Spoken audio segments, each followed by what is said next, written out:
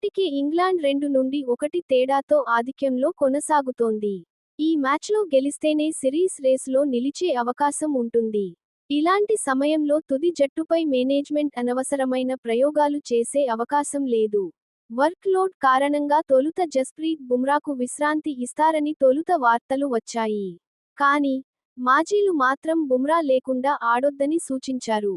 ఈ క్రమంలో తాజా కథనాల ప్రకారం బుమ్రా తుది జట్టులో ఉంటాడని తెలుస్తోంది.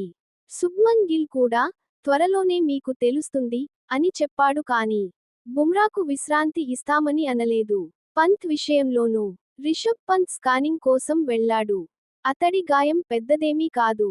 తప్పకుండా 4వ టెస్టుకు అందుబాటులో ఉంటాడు అని కెప్టెన్ గిల్ వ్యాఖ్యానించాడు.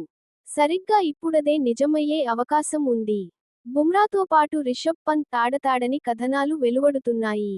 లార్డ్స్లో వేలి నొప్పితోనే పంత్ ఆడేందుకు ప్రయత్నించాడు.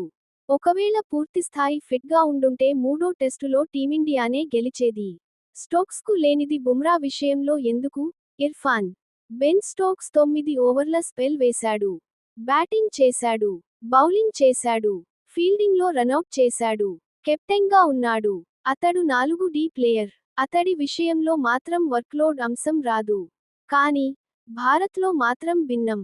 జస్ప్రీత్ బుమ్రా 5 ఓవర్ల స్పెల్ మాత్రమే వేశాడు. అతడి వర్క్లోడ్పై చర్చ అనవసరం. జోఫ్రా ఆర్చర్ కూడా 4 ఏళ్ల తర్వాత టెస్టుల్లోకి వచ్చాడు. 6 ఓవర్ల స్పెల్ వేశాడు.